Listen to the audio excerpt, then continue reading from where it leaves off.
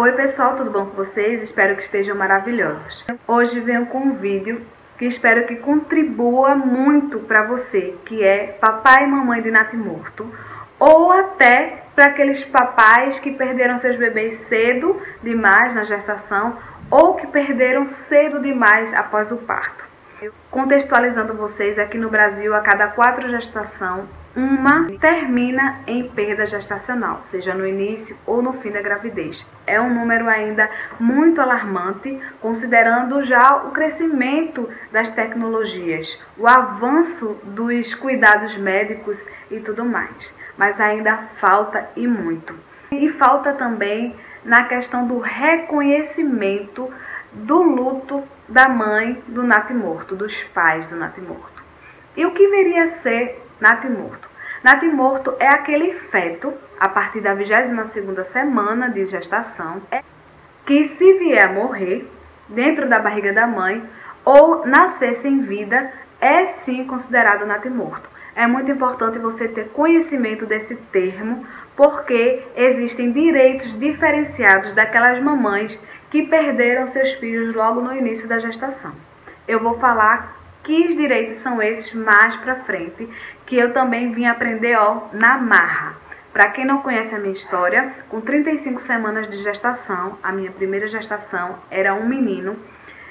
Quando eu fiz a ultrassom, a médica fez a ultrassom, descobriu que ele estava sem batimento cardíaco, ou seja, eu sou uma mamãe de natimorto. E para eu entender todo esse processo e passar pelo processo de luto foi bem doloroso e eu aprendi muito.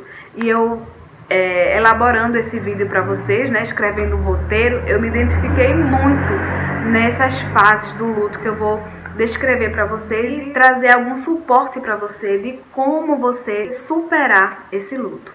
Existe uma dicotomia muito grande entre a cobrança da sociedade de que toda mulher seja mãe, É incrível. E a mulher sente esse desejo muito grande. Então, quando você casa, a primeira coisa que cobram é quando vão vir os filhos.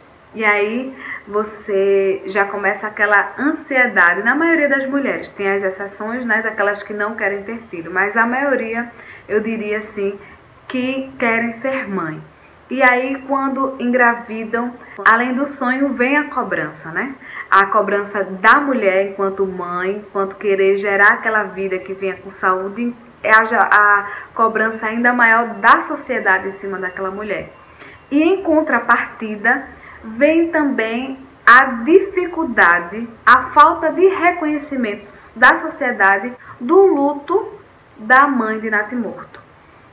Para a mulher também é uma situação muito difícil, porque não consegue encaixar na mente que é um luto. Muitas não vêm nem a reconhecer o luto, porque no luto tradicional, que é mais comum da gente lidar, é aquele luto de pessoas vivas, que a gente construiu uma história, que a gente teve convívio, contato, diferentemente da mãe de natimorto, que carrega um ser na barriga, que teve vida, mas não teve existência fora da barriga. Não foi construído memórias por fora da barriga. Então, existe esse conflito interno na mulher.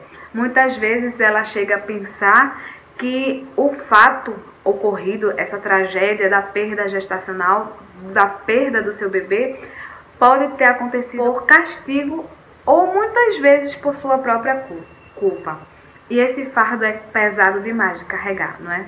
Além disso, existem 2 aspectos muito relevantes que ainda dificultavam muito a elaboração do luto por parte dos pais de natimorto, que era o primeiro, não poder colocar o nome do seu filho na certidão de óbito.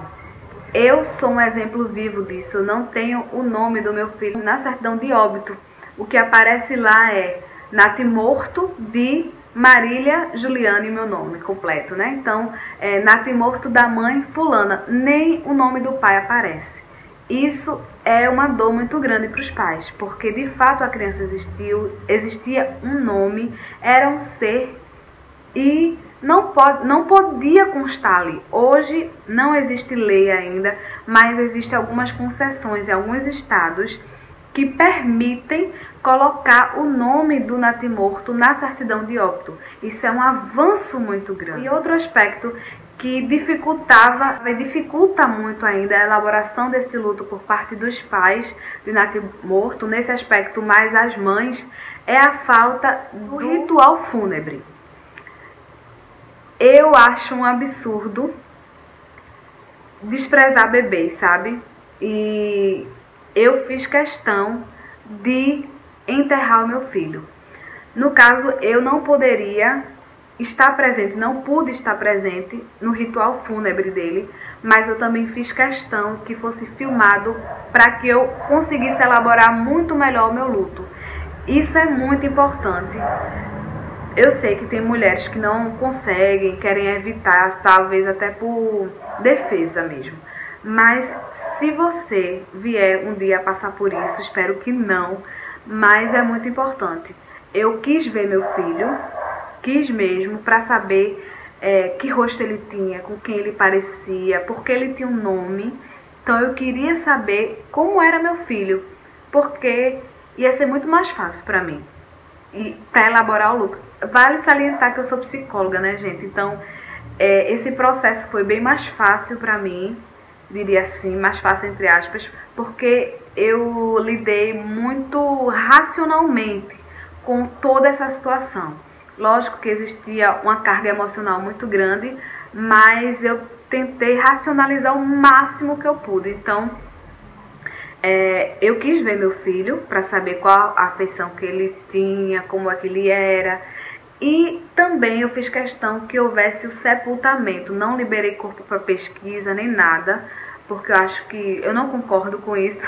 Assim, em algumas situações sim, mas ele não tinha nada específico que precisasse de uma pesquisa aprofundada, então não achei necessário.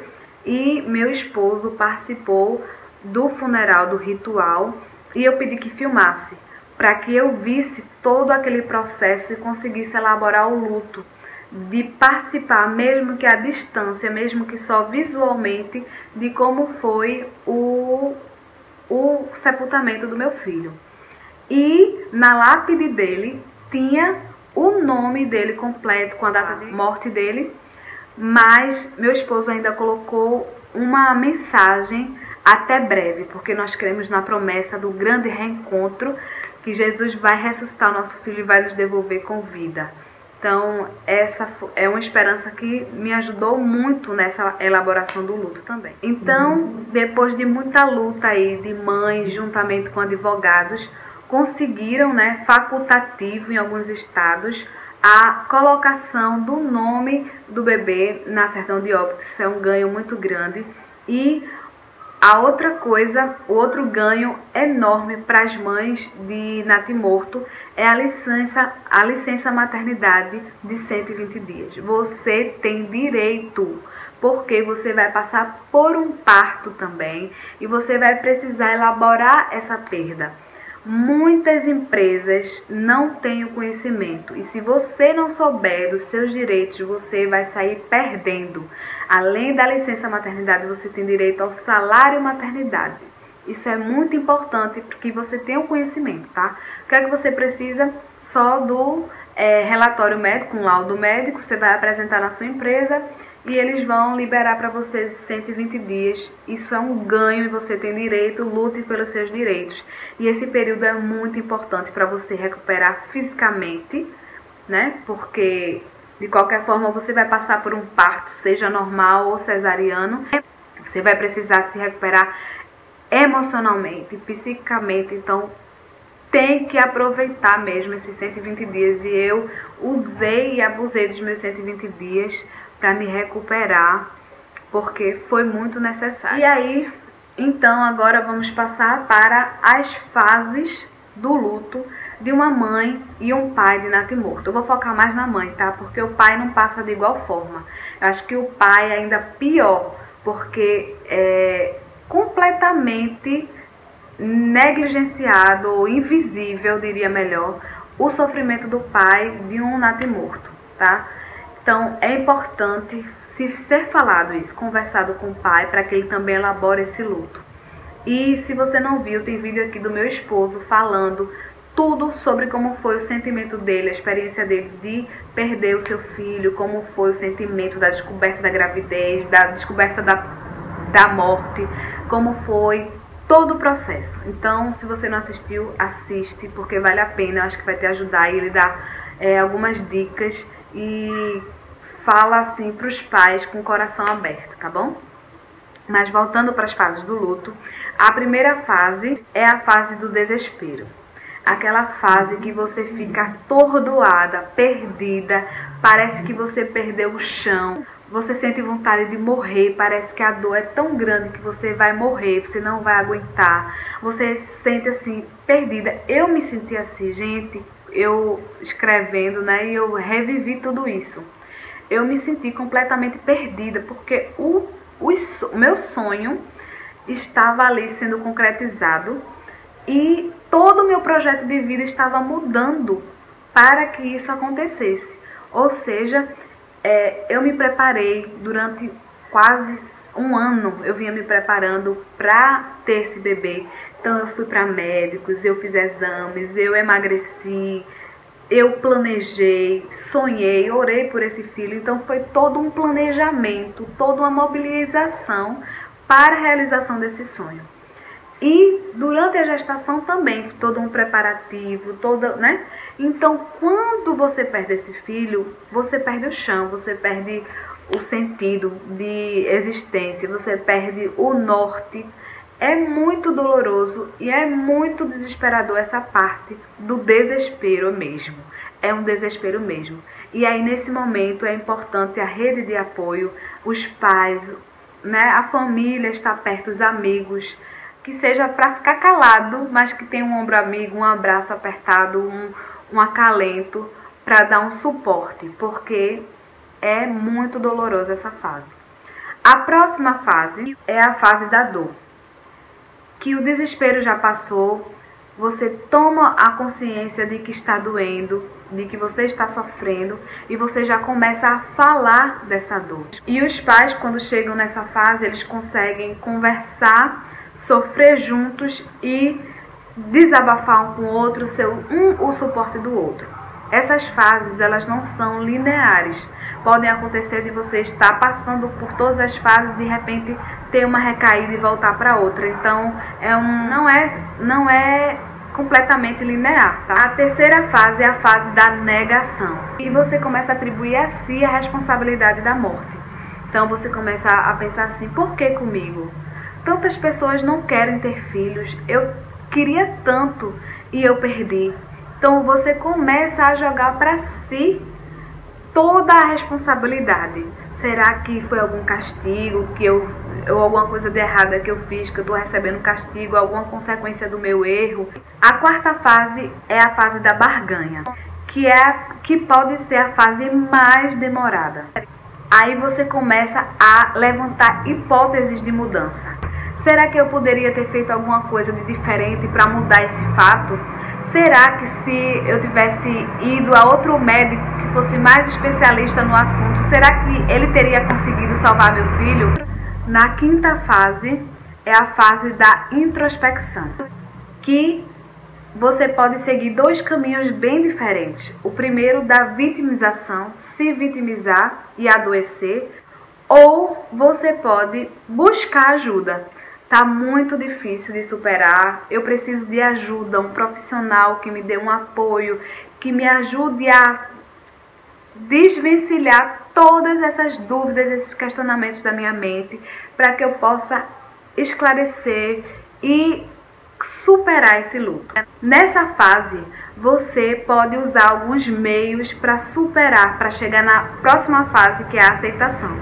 Que foi o que eu usei. Então vou dar essas dicas para você, e como psicóloga também eu posso te sugerir vou te sugerir 4 formas de conseguir superar o luto e a passar para a próxima fase da aceitação.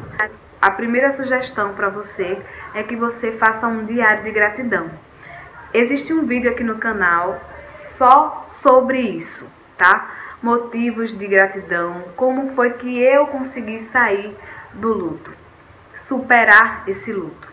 Então, primeira coisa é agradecer, você pegar um caderno e nesse caderno você começar a escrever coisas boas que lhe aconteceram durante essa fase de dor. Por exemplo, quando eu descobri que eu perdi meu bebê, que meu bebê estava sem vida, eu não estava sozinha, eu estava com meu esposo. Isso é um motivo de gratidão, porque se eu estivesse sozinha, eu não sei como eu teria reagido, eu não sei como eu teria chegado em casa, eu não sei. Então, outro motivo de gratidão desse mesmo fato, desse mesmo dia, é que a médica foi super humanizada. Ela entrou em contato com o meu obstetra, ela me passou o contato dela para que eu conseguisse entrar em contato com ela posteriormente. Ela me acalmou, ela parou os atendimentos, tinha um monte de gente esperando ela fora da sala, né, para ser atendido, mas ela pediu para que as pessoas esperassem e ela depositou suas energias em mim, investiu o tempo dela em mim, para me acalmar, para me acalentar, para conversar com o meu médico, para sugerir ao meu médico um tipo de parto que me ajudou. Então, isso é motivo de gratidão. Estou falando só do dia que eu descobri a perda do meu filho. Então, aí eu já teria uns 10 motivos de gratidão. Fora o dia do parto, fora os outros acontecimentos subsequentes, fora tudo. Então, assim, você conseguir enxergar coisas boas e escrever, reconhecer, eu agradeço por tal coisa. Isso vai te ajudar muito. A segunda estratégia que eu te dou para você vencer e superar esse luto é falar sobre o assunto. Seja com amigos íntimos, seja com pessoas que passaram por esse mesmo fato, seja com ajuda profissional, que é a terceira sugestão para você. Peça ajuda profissional. Peça, porque vai lhe ajudar muito a você dar um redirecionamento aos seus sentimentos, às suas dúvidas, seus questionamentos. É importante demais, até para você se preparar para a próxima gestação. É importante você estar bem psicologicamente. A quarta e última sugestão que eu dou para você é sublime. Pega esse sentimento negativo que está aí e transforme em algo positivo. Como, por exemplo, crie um grupo aí de pessoas que estão passando por esse problema que você passou, para que você compartilhe sua experiência, dê forças, procure meios de ajudar, seja procurando clexanes para doação, para entregar para essas mães que não conseguem por plano ou pelo SUS, mas que dependem de doação. Procure meios de ajudar. Não sei como. Vai no orfanato ajudar crianças que precisam de amor e carinho e que os pais deixaram eles lá, negligenciaram essas crianças. Então, há muitas formas de você transformar esse sentimento negativo em algo positivo que vai trazer alegria e crescimento e fortalecimento para outras pessoas. Esse canal aqui me ajudou muito nessa fase, foi que me deu força, vocês que estão aí assistindo, compartilhando suas histórias comigo, me dando a oportunidade de poder ajudá-los, nem que seja com um pouquinho da minha experiência, um pouquinho do meu conhecimento, me ajudou e tem me ajudado muito. Então é mais um motivo de gratidão, sabe? E eu quero acrescentar só a quinta, não está aqui no meu roteiro, mas eu acho que vale muito a pena, é você se apegar a Deus, porque se você não tiver Deus, sem Ele você não pode nada. Ele é o doador da vida. A gente sabe que a gente vive num mundo de pecado, de tristeza, de morte, de dor. E também pelas consequências, né, do estilo de vida que a gente leva, a genética que a gente tem, de coisas ruins que a gente carrega de muito tempo. Então, tudo isso implica nesses acontecimentos de morte, de luto, de sofrimento, né? De tragédias. Mas Deus é o doador da vida, do consolo, do conforto, das forças. E Ele já prometeu que Ele voltará e vai acabar com todo esse sofrimento e vai devolver a você o seu filho. Então, lembra da história de Jó? Uma amiga minha, muito querida, minha madrinha de casamento também, ela pregou no chá de revelação da minha segunda filha, a minha bebê arco-íris. Para quem não me acompanha, eu tenho uma bebê arco-íris já, e já tem vídeos aqui falando sobre o nascimento, o parto, como foi a gestação, tem diário de gravidez, tem tudo para você ver. E aí, ela pregando, ela falou sobre a história de Jó, e eu até me emociono por lembrar dessa história, porque é muito linda. Quando você lê a história, Jó, ele foi tentado em tudo e não pecou, né? Porque ele não blasfemou contra Deus, não deixou se esmorecer, pelo contrário, ele voltou mais a Deus e fortaleceu a sua fé. E a história conta que ele perdeu tudo, inclusive seus filhos, seus bens mais preciosos. E perder 10 filhos num dia só não é brincadeira. Deus deu tudo para ele em dobro, mas os filhos dele Deus não deu em dobro. Por que será? E aí a minha amiga falou assim, sabe por quê? Porque ele não perdeu os filhos, Deus guardou. E no céu, ele vai ter de volta os seus filhos. Então, Deus guardou o meu filho e vai me dar de volta. Eu tenho uma luzinha aqui na terra, mas eu tenho máximos para criar lá no céu. Então, é um motivo de muita alegria, de muita gratidão por saber que Deus cuida de tudo. Ele é bom em todo o tempo. Então, só tenho a agradecer. E a sexta e última fase é a aceitação. Quando você consegue conviver bem com os seus sentimentos. Espero que esse vídeo possa ajudar você a se fortalecer, a passar por essa fase. E se você conhece alguém que está passando por isso, compartilhe esse vídeo, que pode ajudar outras pessoas também, tá bom? Um beijo e até a próxima!